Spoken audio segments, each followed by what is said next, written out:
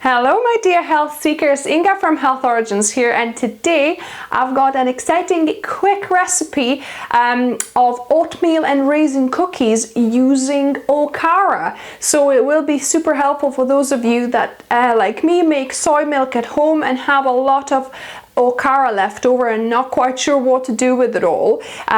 So let's begin.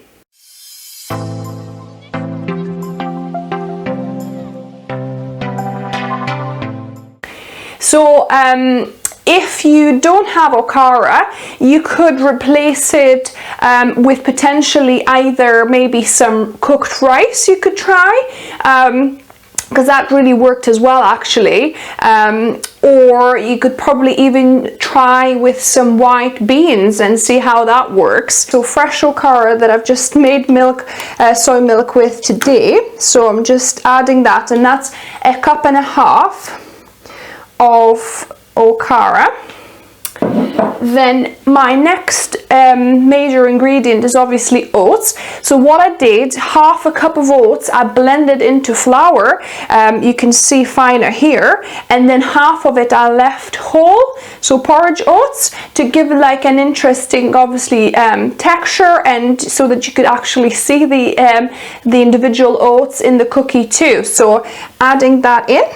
So we want to make these cookies as healthy as possible, and the next ingredient is 1/2 cup of coconut sugar. You could use rapadura sugar, which is also least refined cane sugar, or I guess if you don't have any of the healthier options, use brown sugar. So 1/2 cup of coconut sugar here. Then I'm going to be adding 1/2 teaspoon of cinnamon, just a tiny bit. I don't want it tasting too much cinnamony, but just a tad. And then 1/4 teaspoon of salt to just bring out more of that sweetness in the cookies. I'm just gonna give it a quick mix. So one more ingredient we'll need. So I've got, you can either use walnuts or pecans or even almonds for this. So I have 1/2 cup of walnuts here, and I'm gonna be blending, well, kind of whizzing them in my spice grinder into crumbs. So the finer the better.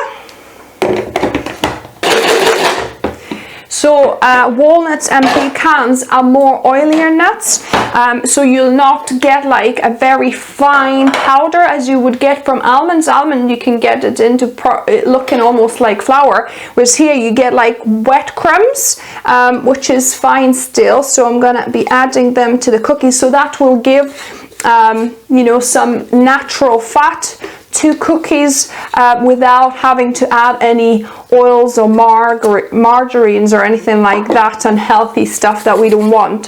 And then the last ingredient is 1/2 cup of sultanas I've got here. So I'm adding them.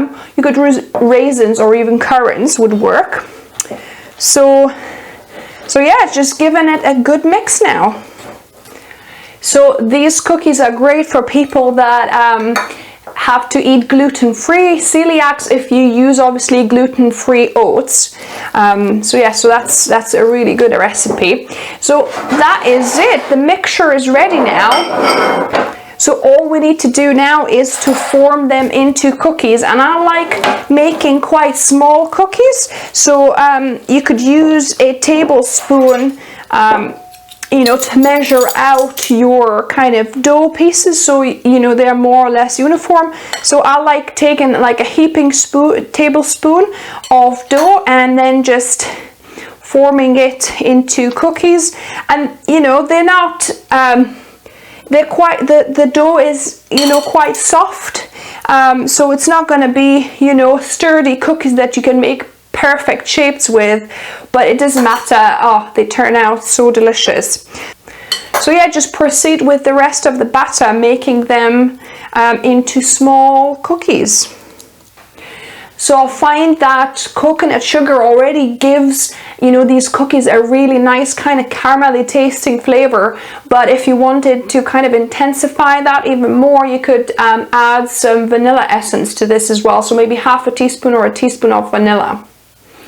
And by the way, these don't spread very much or at all, so you could put them pretty much how you want to find them at the end. So you don't need to leave like loads of space around it, because they're not gonna really act like the traditional cookies, where like the butter and the sugar melt and then they kind of flatten out and take up more space than what you put. They're pretty much gonna remain how you make them.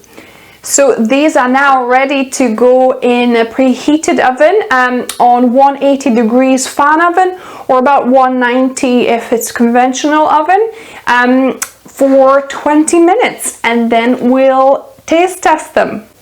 So here they are, the oatmeal raisin cookies with Okara. So I actually baked them for 30 minutes on 180 degrees fan oven, because after 20 minutes they were still quite soft, but they have been resting a little bit now, and I'm gonna taste test one for you. So they have quite, a bit of hardness at the on the surface. There's a little bit of kind of crunch, but inside I can feel that they're soft.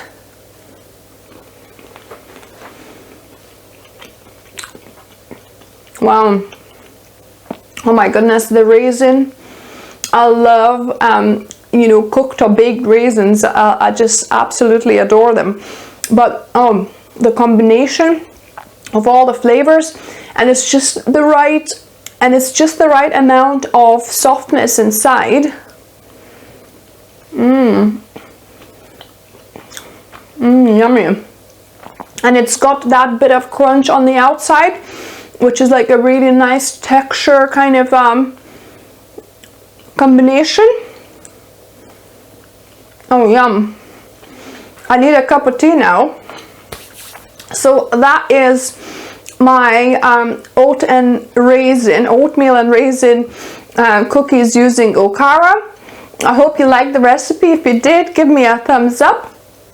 Let me know what other recipes you would like to see on the show. If you're new here, welcome, and subscribe for more videos just like this on Wednesdays and Saturdays. And this whole month of July, I'm doing 30 videos in 30 days, so you'll see more of me this month.